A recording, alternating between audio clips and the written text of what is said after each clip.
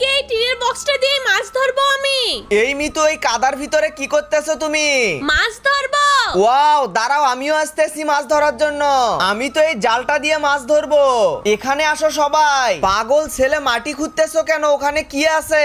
আরে এই যে দেখো, আমি তো একটা কচ্ছপ পেয়ে গেছি।